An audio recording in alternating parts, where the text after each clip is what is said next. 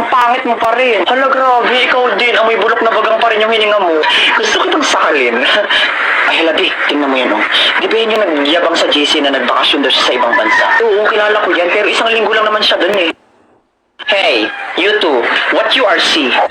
Ano daw? Oh, sorry, I forgot myself. You two don't understanding what to say to me because your English is disappear. Binahihilo ako.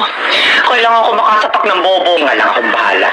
Kuya ka pala mukha nito, pa English ka pa, ay mali-mali rin naman sinasabi mo. Saka isang linggo ka lang naman nag-stay sa ibang bansa, pa ganyan-ganyan ka na, ay mukha ka pa rin naman talangka. What?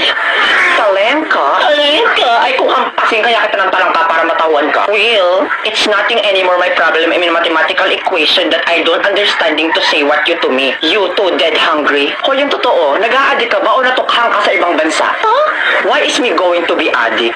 Don't you know that I'm smarter than the teacher of international in the Philippines? Like, duh, my average is 99.99% of germs. Matalino ka?